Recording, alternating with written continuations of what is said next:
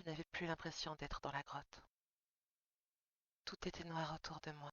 Pas une brise, pas un bruit de pattes, pas un caillou qui tombait. Et pourtant, j'ai vu de grands yeux rouges orangés, où des flammes en sortaient. D'une main faite de fumée qui me prit le bras, j'ai senti qu'elle me glaçait le sang. Je n'avais pas ma dague sur moi, et, pour ainsi dire, pas le moindre vêtement. J'avais des frissons, du mal à respirer, et autant j'avais froid, autant les yeux qui me fixaient de haut en bas provoquaient une chaleur étouffante. C'est donc toi qui t'opposes à mon couronnement. A dit cette ombre face à moi, faite de dents pointues, une bouche s'approcha de moi. J'étais incapable de bouger, et rapidement, j'ai été submergée jusqu'à me faire avaler. En me réveillant en sursaut, la première chose que j'ai vue était Reynald, où la lumière du feu de camp faisait briller ses yeux noisettes.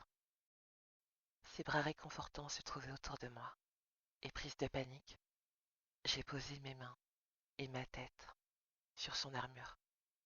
Tu as fait un cauchemar, petit chat. M'a-t-il demandé.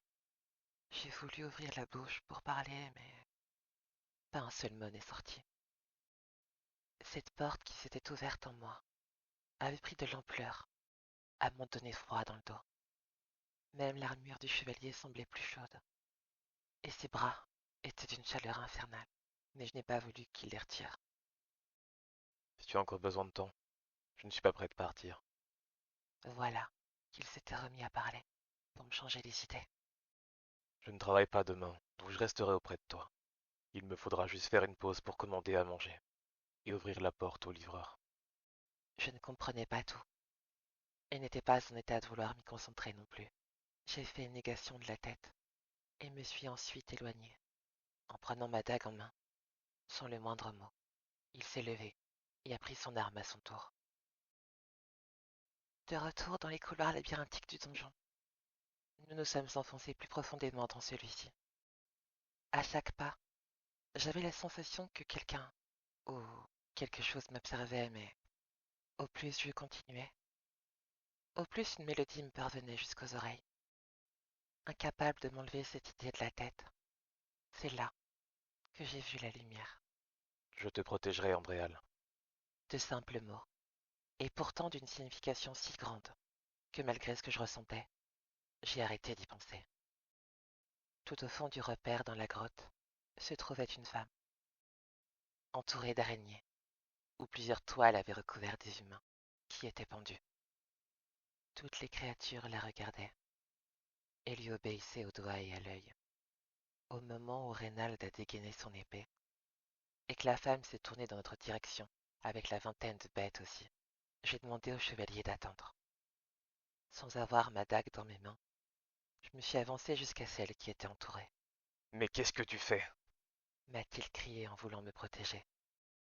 Face à moi, aux longs cheveux blancs et aux yeux rouges, dans une tenue faite de soie et de toile, se trouvait une femme. Tout comme moi, à l'apparence humaine, elle avait aussi des traits qui la différenciaient aussi des humains, même s'il était difficile pour quelqu'un ne les connaissant pas. La race des Arachnas pouvait se voir dans leurs doux regards, et tous avaient une voix à l'effigie de leur regard aux yeux rouges. Cette Arachna avait un violon dans ses mains, et bien qu'elle m'observait, elle continua d'en jouer. Ces douces mélodies, dont je n'étais pas capable de pleinement entendre quelques minutes auparavant, venaient de celle qui ensorcelait ces araignées. Je vois que vous avez tué mes enfants, a-t-elle calmement dit au moment où elle arrêta de jouer de son instrument. Oui, mais seulement celle qui nous attaquait, lui ai-je répondu, en m'asseyant à côté des araignées, ce qui a fait peur à Reynald. Pour qu'elle ne m'obéisse pas, je me demande qui était le père de celle-là, s'était-elle demandé à voix haute en observant le plafond. Et vous, que me vaut l'honneur de votre visite a-t-elle continué, en nous regardant à tour de rôle. Êtes-vous venu pour tenter de me tuer ou avez-vous un service à me demander? En toute honnêteté, on cherchait seulement des araignées sauvages à tuer, mais pas celles qui ont une conscience. Les sauvages qui, justement, sont un problème autant pour toi que pour les gobelins, Je ne pense pas qu'il faut parler aussi familièrement au boss du donjon de cette façon. a dit Rénal qui s'était approché, aussi perdus l'une que l'autre. L'Arachna et moi-même avions l'air d'avoir le même âge, donc il était normal pour nous de nous tutoyer. C'est encore là que je voyais la différence entre notre monde et le sien. D'autant plus qu'un boss de donjon, on ne savait même pas ce que c'était. Ton compagnon d'armes parle de la même façon que les aventuriers. C'est repris l'Arachna pour briser la confusion. Oui, c'est un aventurier, mais son groupe n'est pas comme celui des autres. Pas comme ceux pris dans mes toiles demanda-t-elle en désignant des humains emmitouflés dans ses cocons. Non, ne t'en fais pas.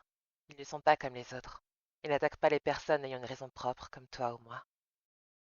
On a fait une promesse ensemble, et je compte bien la tenir jusqu'au bout. Je peux t'en faire part si tu veux. Me voyant passer à côté ou sauter au-dessus des araignées pour atteindre l'Arachna.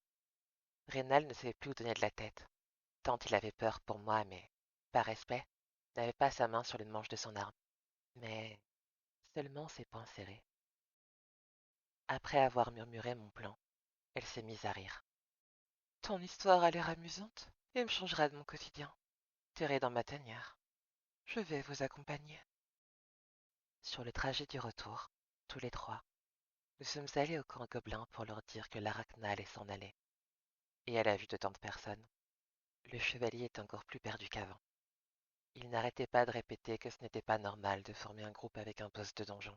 Mais ça, on lui a laissé raconter son charabia sans en tenir compte. Après avoir discuté, mangé et pris quelques provisions, nous avons salué les gobelins du camp avant de nous remettre en route vers l'extérieur. Sur le trajet, elle nous a dit s'appeler Jitsu. Bien plus grande que moi, l'Arachna était presque aussi grande que Reynald, avec ses très longs ongles et ses fils comme armes, sans même parler de sa beauté raciale. Nous sommes tous les trois arrivés à l'extérieur avec une nouvelle camarade.